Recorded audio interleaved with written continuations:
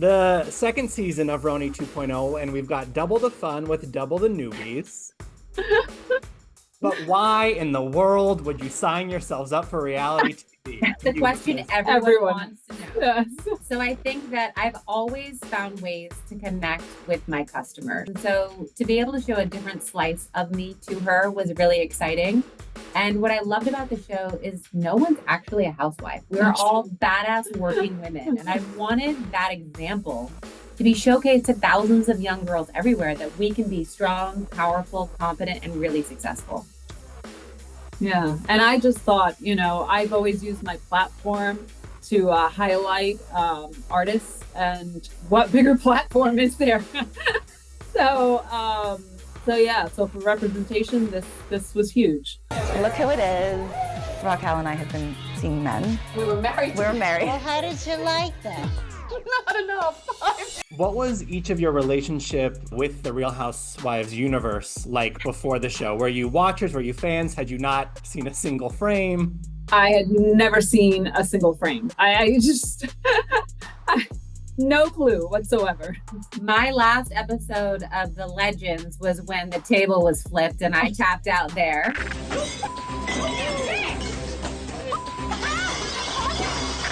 And then I watched, obviously, the first season of our But did you watch it before you got cast, or? I watched the first 6 episodes last summer, and then the last 6 the night before I signed. Okay. Maybe that's crazy. I don't know. Yeah, interesting. No, I started watching it after, and it was after I actually met with Sci, and then Jenna also was just like, girl, watch it. You can't go into this blind. Yeah, it's nice to have like a little framework to work with. Who did you each know coming into the group? So I knew Jenna. I've known Jenna for a while. When we first met, we had a similar situation happening. We were both in the middle of a divorce, both coming out, later in life lesbians.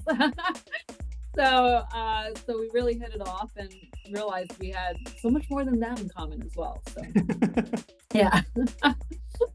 I knew Jenna, obviously, through the fashion industry. Sci and I used to live in Dumbo together. And then Erin is someone I'd been just getting to know earlier in the year before she said, come on. This is an experience you don't want to miss. Or she pulled you into the mess that can be. She pulled me in. What was that about you having a crush on who? We cannot deny that Racquel is hot. How did adding cameras to those relationships change them, if at all? Interesting. I think Jenna and I got closer. Yeah. So you never know, right? When you put your relationship, friendship, whatever kind of relationship it is, under a microscope like this, what's going to happen? But it made us closer. I think it was really easy to say, if you don't believe me, watch the tapes. Just watch the tapes. And then they're like, okay, I believe you.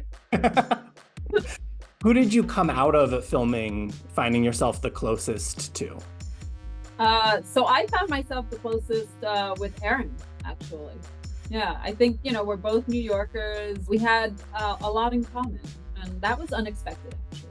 I feel really close to Uba, but also, you know what? Yeah. Our cherries were popped together as newbies, so we got to bond. Yeah, are you almost trauma bonded that you had this? Yes, exactly. And we were both bracing for, when are we going to get hazed? Yeah. Something's going to happen. Well, I got a little hazed. You didn't. You did. I didn't get so much hazing. I didn't. Maybe we still got a whole season to watch. There's some exactly in those confessionals. Did you find it the hardest to connect with in this group? Oh, the hardest to connect with. It was probably Brynn, because I didn't see her very much. But then once we got to spend time together, that changed. But yeah, that was probably the initial. I would say that too. I think she and I didn't get to film anything alone. And so at one point, she was like, I don't really know you. And I was like, I know, we're not going to spend time together. Yeah. Maybe we need to say something so we can get to know each other more one-on-one. Just like a painting, you'll need a couple of looks to figure me out. Racquel, we get a window into your relationship in the premiere. How did your partner feel about the show entering your life? Because you're not only signing yourself up for it, your whole family kind of comes along whether they want to or not. Exactly. So that was, we had to have a lot of long conversations. I mean, she is a forensic neuropsychologist. So it was initially like, oh, I don't know, is this going to be a good thing? I'm not sure you should. But then, we thought about it and thought about what it would mean to show our family, our blended queer family, and the representation that could bring into households for young kids and adults who are struggling perhaps, in their own towns with feeling comfortable.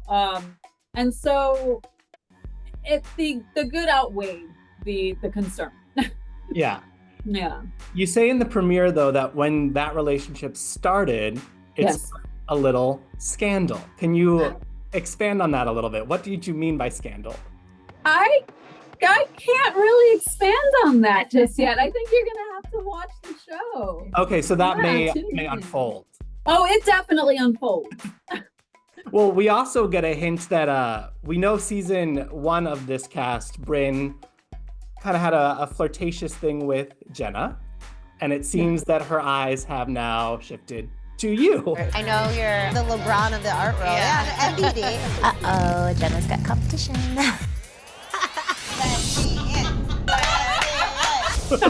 How do you feel about that attention? I mean, who doesn't love Brynn? Who doesn't love being flirted with? Exactly. It's totally a compliment. And, I'm significantly older. So if a young, she wants to flirt with me, I'm like, all right, I like this. Still got it. Why not? And then, Rebecca, do you prefer Becky? Because that's your social handle. Well, I have Rebecca Minkoff, which is my brand, and then I had to, couldn't use that. So I go by Becky with the good hair. Yeah, exactly. just not the one referenced in the Beyonce song. No, I did not take anyone's husband. But she could. Jared Leto. I'm waiting. Well, there's this whole thing in the trailer about somebody maybe did something that they maybe shouldn't have done. Is she pregnant again? That's why she's not drinking.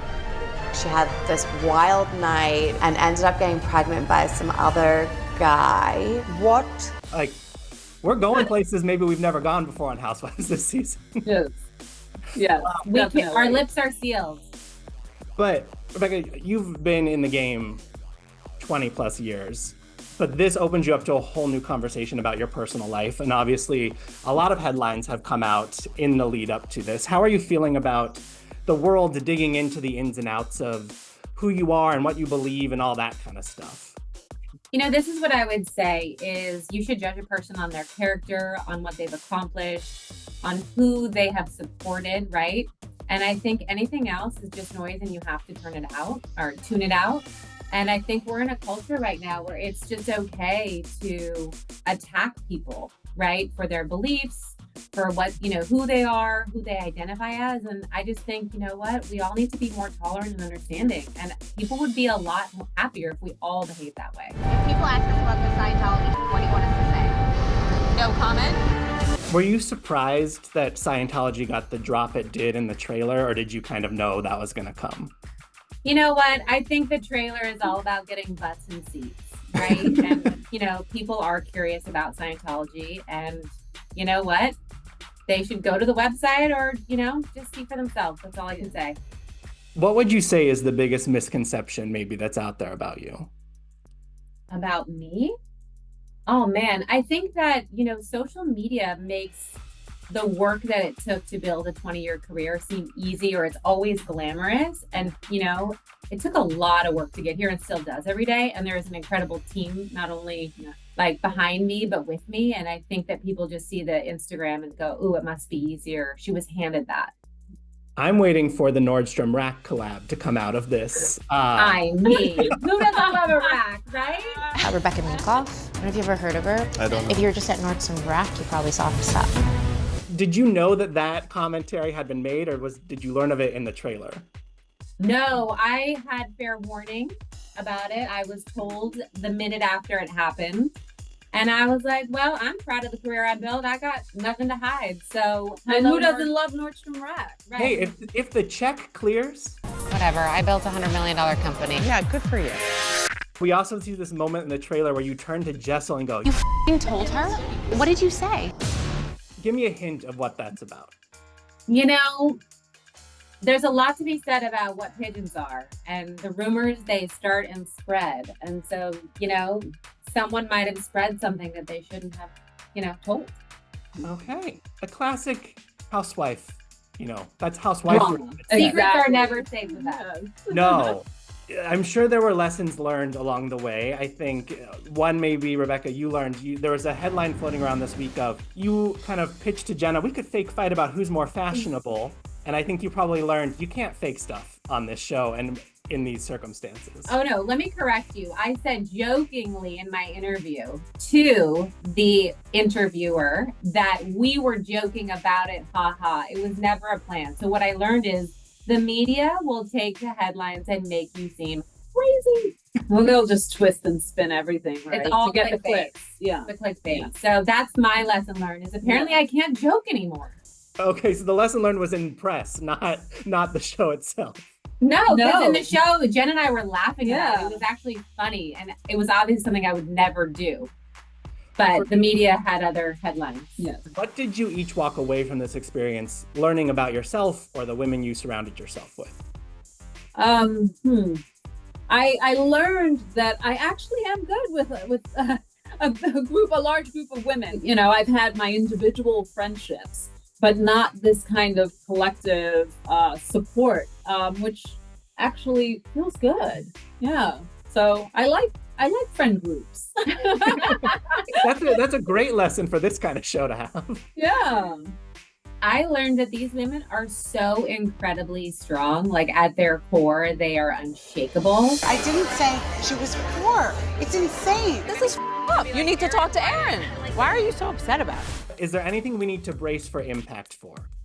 Yes, but once again, just brace yourself. That's it. We're going to tell you what's about to happen. We'll just buckle up. We'll put the safety bar down. Every life jacket will be prepared for anything. Buckle your seatbelts. Put on your neck brace. There we go. We will leave it on that note. Buckle your seatbelt and put on your neck brace. Congrats to you two for surviving. You're halfway there. You got to live through watching it in that reunion.